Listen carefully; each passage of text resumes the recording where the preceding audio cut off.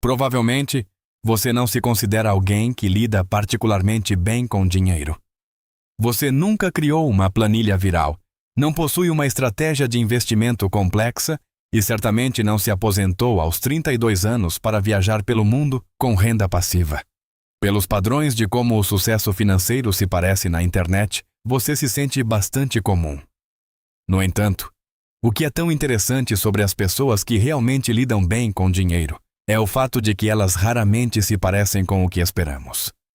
Muitas vezes imaginamos alguém com habilidades financeiras extraordinárias como sendo obviamente rico, que fala constantemente sobre investimentos, se gaba de compras caras e verifica obsessivamente seus aplicativos de portfólio. A pesquisa em economia comportamental aponta para algo completamente diferente. As pessoas com os melhores resultados financeiros a longo prazo frequentemente apresentam padrões psicológicos sutis, que, à primeira vista, não se parecem com sucesso financeiro. Economistas da Universidade de Chicago descobriram que os melhores indicadores de riqueza a longo prazo não são o nível de renda ou o conhecimento financeiro. Em vez disso, são padrões de comportamento específicos ao processar decisões financeiras.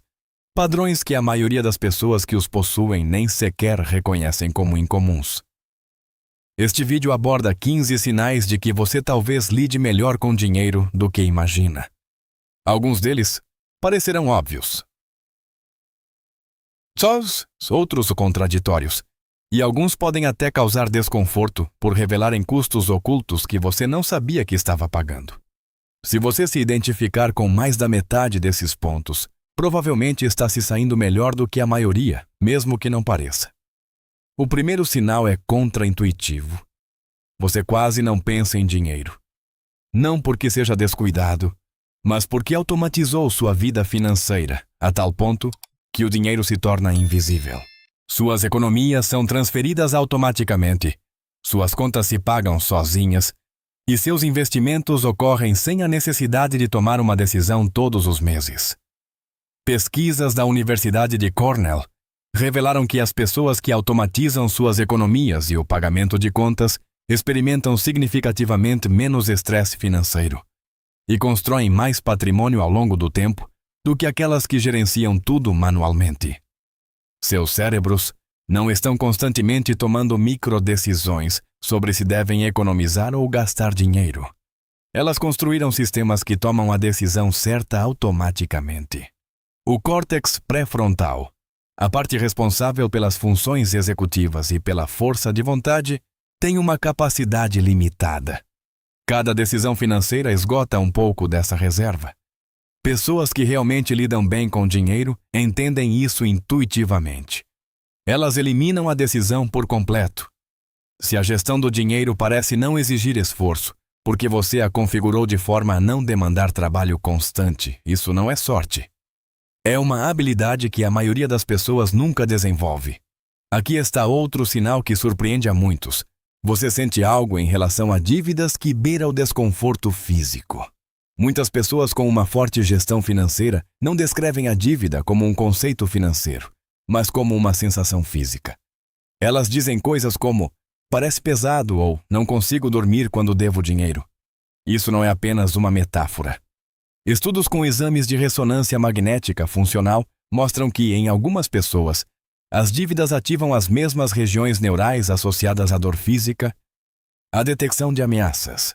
Neurocientistas de Stanford descobriram que indivíduos com essa sensibilidade aguçada a dívidas frequentemente cresceram em ambientes onde as ações tinham consequências diretas e imediatas. Seus cérebros aprenderam cedo que dever algo representa um perigo real. Isso nem sempre é agradável, mas cria um impulso quase inconsciente de eliminar as dívidas o mais rápido possível. Se realmente o incomoda ter um saldo no cartão de crédito, não intelectualmente, mas instintivamente, seu cérebro está programado para proteger suas finanças naturalmente. Talvez você também perceba que pensa mais em porcentagens do que em dólares. Em vez de pensar, economizei $50, seu cérebro traduz isso automaticamente para guardei 2,5% da minha renda mensal. Em vez de sapatos de $200, você calcula 8 horas de trabalho. Um estudo publicado no Journal of Consumer Psychology revelou que pessoas que naturalmente expressam os gastos em horas de trabalho ou porcentagens de renda tomam decisões financeiras significativamente mais racionais. A reação emocional de "eu quero esses sapatos" é interrompida pelo cálculo analítico. Isso vale 2 dias da minha vida. Para algumas pessoas, essa não é uma técnica aprendida. É simplesmente a maneira como seus cérebros processam o mundo. Elas não conseguem evitar ver a porcentagem, a compensação e o custo de oportunidade. Às vezes isso é exaustivo, mas cria um atrito natural contra gastos impulsivos, sem a necessidade de força de vontade. Outro sinal se revela naquilo que lhe traz alegria. A maioria das pessoas recebe uma descarga de dopamina quando gasta dinheiro. A antecipação, a compra, a coisa nova. Essa é a química cerebral normal. Mas pessoas com uma gestão financeira extraordinária frequentemente têm a mesma reação de dopamina ao observar suas economias ou investimentos crescerem.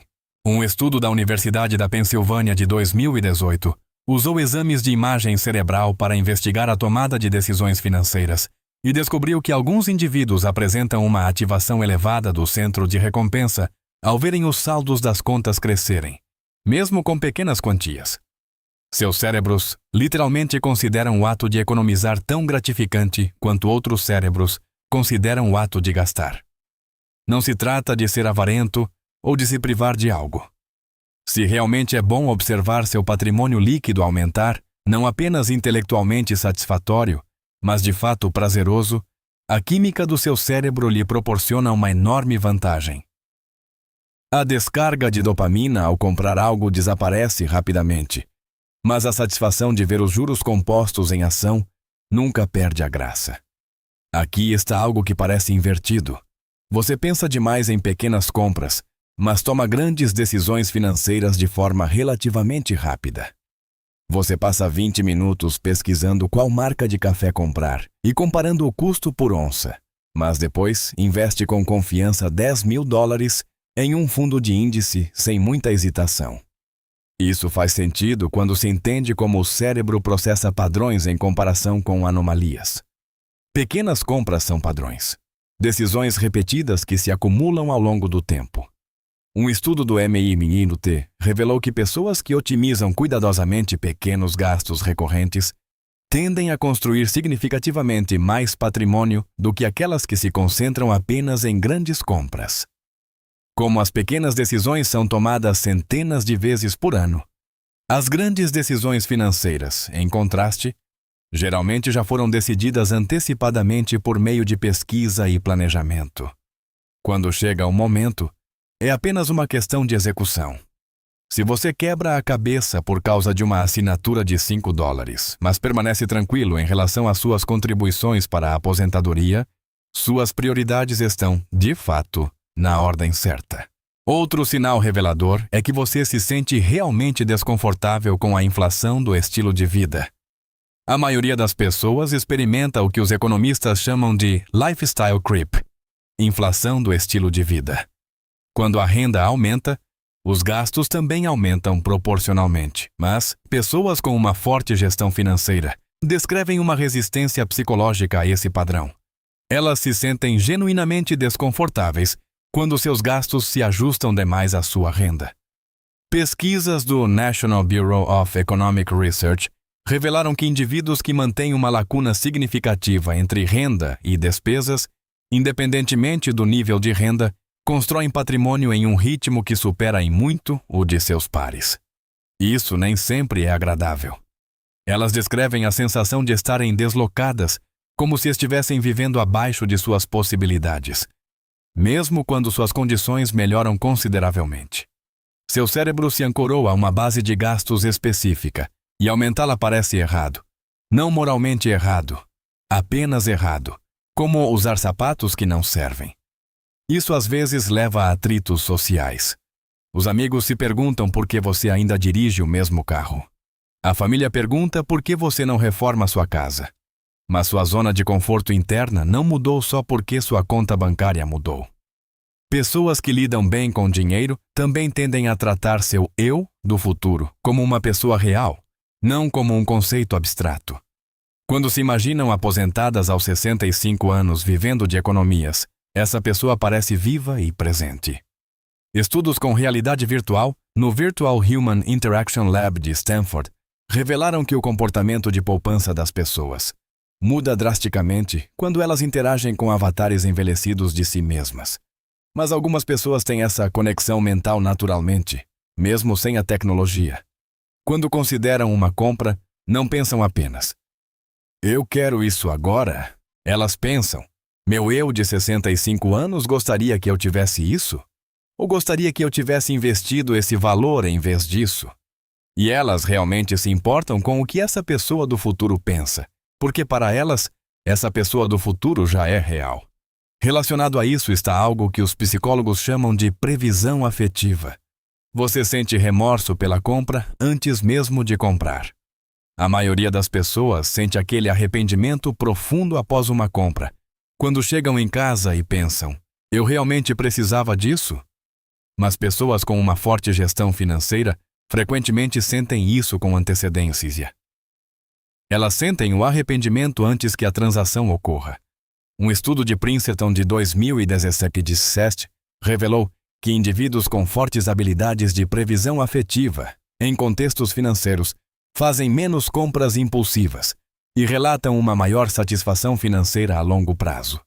O cérebro delas faz a simulação. Eu compro isso, chego em casa, me sinto estúpido. E elas sentem essa estupidez agora, antes que o dinheiro saia da conta. Isso cria um freio natural para gastos impulsivos, não por disciplina, mas por uma previsão emocional precisa. Talvez você também perceba que conhece seus números sem precisar verificar. Se alguém lhe perguntasse agora o saldo da sua conta corrente, suas dívidas totais ou seu patrimônio líquido aproximado, você chegaria perto sem abrir um aplicativo. Não porque você monitore isso obsessivamente, mas porque desenvolveu uma consciência onipresente de onde você está. Essa consciência não tem a ver com ansiedade, tem a ver com orientação. Assim como você sabe aproximadamente quanta gasolina há no seu carro ou quanta comida há na sua geladeira, você sabe como estão suas finanças. Essa consciência de fundo evita aquele tipo de desvio em que as pessoas de repente percebem que gastaram dinheiro demais por meses sem notar. Outro sinal fácil de ignorar. Você não sente a necessidade de contar aos outros sobre sua situação financeira. Quando você faz uma jogada financeira inteligente, pagar uma dívida, atingir um marco de economia ou receber um aumento, não se sente compelido a anunciar isso. Talvez você não conte a ninguém. Não se trata de ser reservado. Trata-se de onde vem a sua validação. Pessoas que realmente lidam bem com o dinheiro tendem a extrair sua satisfação do próprio progresso, não do reconhecimento dos outros sobre esse progresso. O número na conta é a recompensa. A validação externa é desnecessária. Compare isso com pessoas que postam cada ganho financeiro nas redes sociais ou encontram maneiras de mencionar seus investimentos em conversas não relacionadas.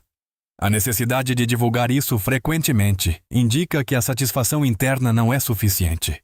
Elas precisam da validação externa de que estão se saindo bem. Se o seu progresso financeiro parece completo sem que ninguém saiba, você está operando a partir de uma base psicológica mais estável. Há também algo que soa sombrio, mas que na verdade é protetor. Você carrega consigo cenários mentais detalhados de um desastre financeiro. Perda de emprego, emergência médica, colapso econômico, quebra do mercado. Você já repassou mentalmente esses cenários várias vezes. Você já lamentou a perda hipotética de renda, já planejou para a potencial quebra do mercado e já descobriu como sobreviveria. Os psicólogos chamam isso de pessimismo defensivo, uma estratégia na qual as pessoas estabelecem expectativas baixas e simulam mentalmente problemas em potencial. Pesquisas do Wellesley College revelaram que os pessimistas defensivos, na verdade, se saem melhor em situações incertas porque já processaram a ansiedade com antecedência. Isso provavelmente contribui para a ansiedade financeira. mesmo quando as coisas estão indo bem, mas também significa que você constrói reservas de emergência robustas, diversifica fontes de renda e evita o superendividamento, porque consegue imaginar vividamente o que acontece se não o fizer. Talvez você reconheça este aqui. Você fica genuinamente feliz com marcos financeiros chatos. Pagar um empréstimo, atingir um valor redondo nas economias ou maximizar uma contribuição para a aposentadoria. Esses eventos desencadeiam reações emocionais reais em você, não apenas satisfação intelectual, mas entusiasmo de fato. Os cérebros da maioria das pessoas não produzem muita dopamina ao observar o saldo de uma dívida cair para zero ou uma conta poupança ultrapassar um limite. Mas se você ficou realmente feliz por ter alcançado uma reserva de emergência para 6 meses, ou sentiu uma euforia quando seu patrimônio líquido passou para o território positivo, seu sistema de recompensa está alinhado com comportamentos que constroem riqueza a longo prazo. Se em 2026 o limite do 401k do IRS for de $20 e $4.500, algumas pessoas não sentirão nada ao maximizá-lo. Você pode ter a sensação de que acabou de ganhar algo. Esse sentimento é uma vantagem que a maioria das pessoas não tem. Aqui está um que pode ser socialmente constrangedor. Você pesquisa sobre compras por mais tempo do que dura o uso da própria compra. Um item de $30 pode levar 2 horas de pesquisa, lendo avaliações, comparando opções, calculando o custo por uso e verificando se está em promoção. O tempo investido excede qualquer retorno razoável para esse tempo. Mas esse comportamento, na verdade, não é sobre os $30. É sobre o reconhecimento de padrões. Seu cérebro constrói modelos de qualidade, valor e durabilidade que se aplicam a centenas de decisões futuras. A pesquisa para essa compra molda sua intuição para a próxima. Pessoas que lidam bem com dinheiro frequentemente descrevem isso como algo que não conseguem desligar. Elas sabem intelectualmente que o benefício marginal de mais pesquisa é mínimo, mas o processo em si parece necessário. Talvez você também perceba que sente alívio em vez de privação quando diz não a algo. Recusar um convite para um jantar caro, pular o quarto de hotel com upgrade ou rejeitar uma oferta por tempo limitado. Para a maioria das pessoas, dizer não parece um sacrifício, como se estivessem perdendo algo que queriam. Mas pessoas com uma forte gestão financeira frequentemente descrevem o ato de dizer não como algo genuinamente libertador. A pressão da decisão desaparece, o dinheiro fica onde pertence e o futuro permanece protegido. Não se trata de não querer ter coisas boas, trata-se do fato de que o peso de gastar é maior do que o prazer de ter. Se o não parece melhor do que o sim, sua relação emocional com o dinheiro está trabalhando a seu favor. E aqui está o que revela os custos ocultos de tudo isso. Às vezes você se sente culpado ao gastar dinheiro consigo mesmo, mesmo quando pode pagar, mesmo quando atingiu suas metas de economia, mesmo quando a compra é sensata e mesmo quando você a merece. Seu cérebro foi tão profundamente treinado para associar gastos a perdas, com a escolha do prazer presente em detrimento da segurança futura, que é difícil desligar isso. Um estudo publicado em 2020 no Journal of Economic Psychology revelou que indivíduos com altas taxas de poupança frequentemente sentem mais culpa em gastos discricionários do que aqueles que poupam menos, mesmo quando sua situação financeira é objetivamente segura. Você sabe intelectualmente que pode pagar por aquelas férias, por aquele jantar agradável ou por aquele laptop novo. Mas, emocionalmente, parece que você está traindo a si mesmo, como se estivesse quebrando uma promessa feita ao seu eu do futuro. E aqui está o que ninguém lhe conta sobre lidar bem com dinheiro. Às vezes, não é uma sensação boa. Às vezes, parece que você está constantemente se privando de algo, mesmo quando a privação não é mais necessária. O que tudo isso realmente significa? Se você observar esses 15 sinais, nem todos parecem vantagens. Alguns parecem ansiedade.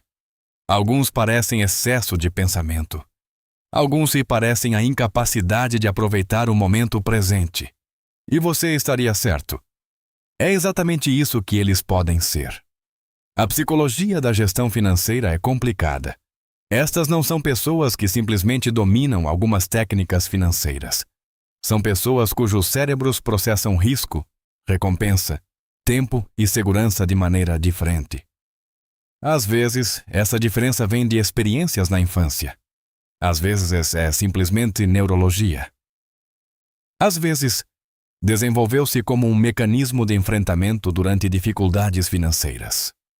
Pesquisas da Universidade da Califórnia mostram que o indicador mais forte de sucesso financeiro a longo prazo não é a inteligência ou mesmo a riqueza inicial. É algo chamado de desconto temporal, a capacidade de valorizar recompensas futuras quase tanto quanto as imediatas. Os cérebros da maioria das pessoas desvalorizam massivamente o futuro. $1 hoje parece valer muito mais do que $1 daqui a 10 anos, mesmo considerando a inflação e os juros. Mas pessoas com uma gestão financeira extraordinária têm curvas de desconto mais planas. O dinheiro futuro parece quase tão real quanto o dinheiro presente. Isso muda tudo na forma como você toma decisões. Toda a sua vida financeira pode não ser moldada pelo seu conhecimento ou disciplina, mas sim pelo quanto o seu cérebro naturalmente desvaloriza o valor futuro. Isso é ao mesmo tempo libertador e desconfortável. Libertador porque significa que se você tem problemas com dinheiro, não está quebrado ou é preguiçoso. Seu cérebro simplesmente pondera o tempo de maneira diferente.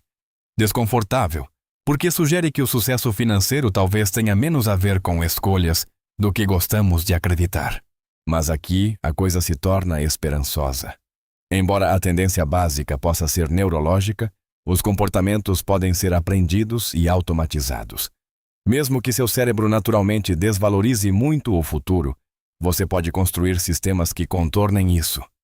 Transferências automáticas, atrito artificial nos gastos e a gamificação da poupança. Tudo isso cria os mesmos resultados, sem exigir a mesma programação natural. As pessoas com habilidades extraordinárias na gestão do dinheiro não são especiais por terem esses padrões psicológicos. Elas apenas têm a sorte de que sua psicologia, por acaso, se alinha com a construção de riqueza a longo prazo. Mas você pode construir a mesma arquitetura externamente por meio de sistemas e automação. E vamos reconhecer mais uma coisa. Esses padrões psicológicos vêm com custos reais. O pensamento constante no futuro pode gerar ansiedade. A culpa ao gastar dinheiro pode impedi-lo de aproveitar os frutos do seu trabalho. A simulação mental de catástrofes pode dificultar a sensação de segurança, mesmo quando você está seguro. A dificuldade de se relacionar com pessoas que gastam dinheiro mais livremente pode levar ao isolamento social. Nenhuma das duas abordagens é objetivamente melhor. A pessoa que vive plenamente no presente, que gasta o que ganha e que não se preocupa com a aposentadoria, porque ela está muito distante para parecer real, ela não está errada. Ela vivencia a vida de uma maneira diferente. Provavelmente se diverte mais no momento, é provavelmente menos ansiosa e provavelmente mais bem conectada socialmente. E a pessoa que economiza agressivamente, que não consegue aproveitar os gastos, que constantemente simula cenários de catástrofe e que observa suas contas de investimento como outras pessoas assistem a esportes. Ela não é melhor. Ela é apenas diferente. Ela troca o prazer presente pela segurança futura. Isso é uma concessão, não uma virtude. Se você se reconheceu na maioria desses sinais, provavelmente estará financeiramente seguro. Mas lembre-se de realmente aproveitar um pouco disso também. Seu eu do futuro será grato pela preparação, mas não sacrifique seu eu do presente inteiramente por uma pessoa que ainda nem existe. E se esses padrões parecerem estranhos? Se a gestão do dinheiro parecer como empurrar água morro acima, então isso é uma informação. Você pode construir sistemas que façam isso automaticamente, para não ter que depender de um cérebro que não está programado para isso, ou pode aceitar que seus valores talvez estejam em outro lugar. E isso também é legítimo. Mas aqui está o que une tudo isso. Entender a própria psicologia em relação ao dinheiro é por si só uma forma de educação financeira.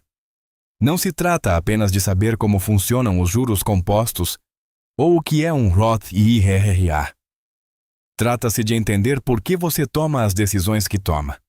O que desencadeia seus gastos, o que faz com que economizar pareça recompensador ou punitivo, como seu cérebro desvaloriza o futuro e quais padrões emocionais impulsionam seu comportamento financeiro. A maioria das pessoas nunca investiga nada disso. Elas simplesmente reagem às situações financeiras sem entender a engrenagem por trás delas. E essa falta de autoconhecimento custa caro a elas, às vezes milhares de dólares por ano, às vezes toda a sua trajetória financeira. Criei um detalhamento completo de educação financeira que se aprofunda em tudo isso, não apenas na mecânica do dinheiro, mas também na psicologia por trás dele. Como surgem as armadilhas da dívida e por que algumas pessoas caem nelas enquanto outras não. Como os juros compostos podem trabalhar a seu favor ou contra você, dependendo de que lado você está. Como construir sistemas que o protejam de seus próprios piores impulsos. Se algo neste vídeo deixou claro para você que existem padrões que você ainda não investigou totalmente, comportamentos que não sabia que tinha, ou custos que não sabia que estava pagando, este vídeo é o seu próximo passo. Porque entender a si mesmo não tem a ver com julgamento. Tem a ver com trabalhar com a realidade em vez de lutar contra ela. E essa é, talvez, a habilidade financeira mais valiosa de todas. Se esta exploração da psicologia oculta da riqueza mudou sua visão sobre seus próprios hábitos financeiros, por favor, inscreva-se e curta o vídeo. Nós revelamos os projetos comportamentais que definem o nosso futuro. Comece a construir o seu hoje mesmo. O próximo mergulho profundo na mecânica do sucesso chegará em breve.